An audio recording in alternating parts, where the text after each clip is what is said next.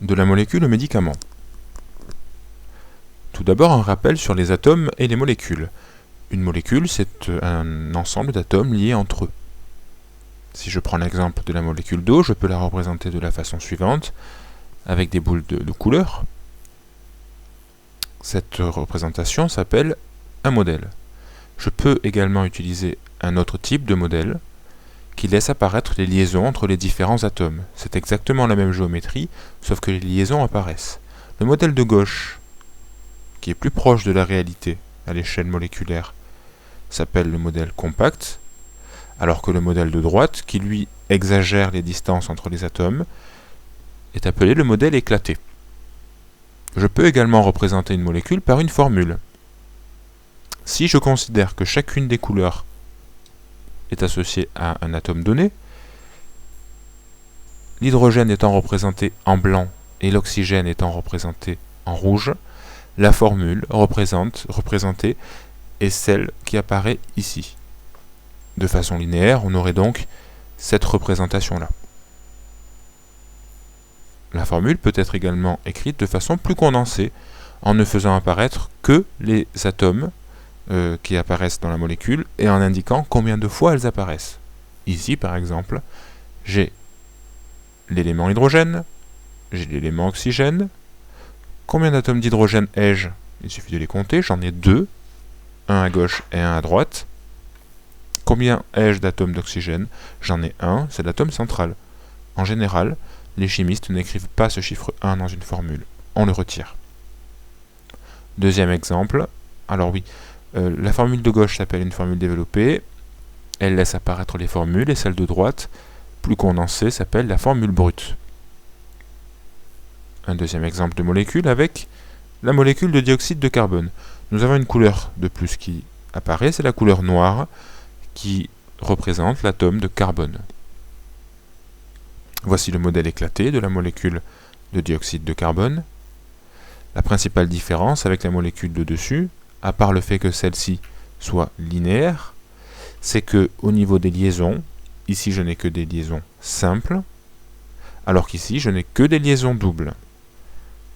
La liaison simple apparaît dans la formule développée de l'eau, donc il faut également que la liaison double apparaisse dans la formule développée du dioxyde de carbone.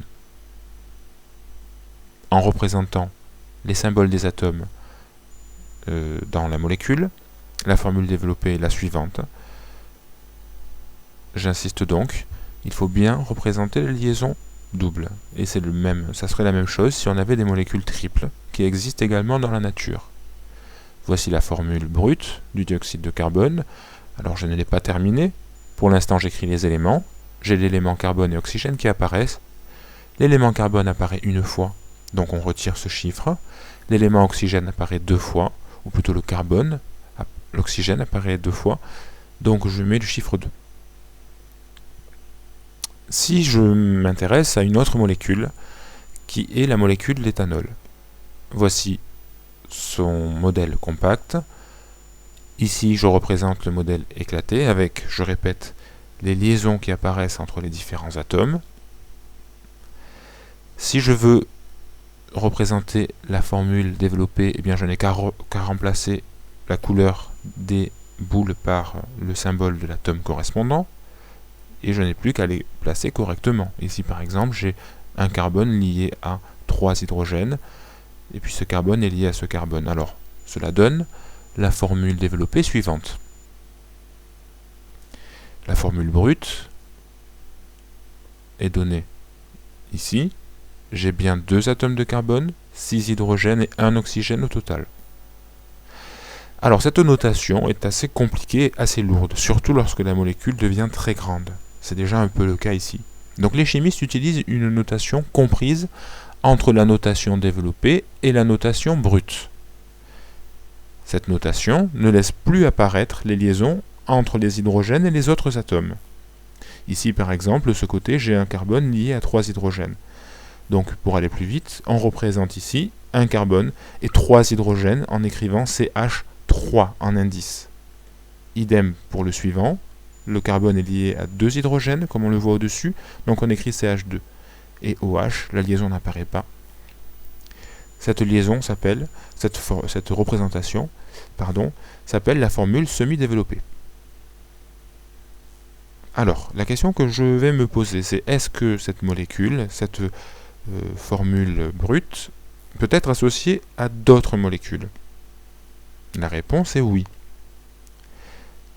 Il existe dans la nature cette molécule qui, si on compte le nombre de carbone, d'hydrogène et d'oxygène, a la même formule brute que la molécule d'éthanol. La formule semi-développée est la suivante, en suivant la même stratégie qu'au-dessus. En représentant le modèle éclaté, eh bien, la molécule ressemble à ça. Et pour être plus près de la réalité, je représente le modèle compact. La molécule a cette forme. On constate que ces deux molécules sont différentes. Eh bien, lorsque deux molécules ont la même formule brute, mais des formules semi-développées, et donc développées différentes, on dit que ces deux molécules sont isomères. Et chose très importante, les isomères sont des molécules qui ont des propriétés physiques et chimiques différentes. En particulier, ces deux molécules n'auront pas, en général, la même température de vaporisation, par exemple, ni la même température de solidification. Mais il y a beaucoup d'autres différences. Maintenant, qu'est-ce qu'un groupe caractéristique dans une molécule? Il s'agit d'un groupement d'atomes qui ne contient pas seulement des atomes de carbone et d'hydrogène. Prenons l'exemple suivant. Dans la molécule, je constate qu'à deux endroits, j'ai d'autres atomes qui apparaissent que le carbone, que l'hydrogène et le carbone. Donc j'ai le groupe entouré en bleu et j'ai le groupe entouré en rouge. Ce sont ces groupes qui confèrent des propriétés particulières à la molécule. En particulier, ils donnent des effets thérapeutiques dans les médicaments. Voici les principaux groupes caractéristiques qui existent dans les médicaments, dans les molécules qui constituent les médicaments.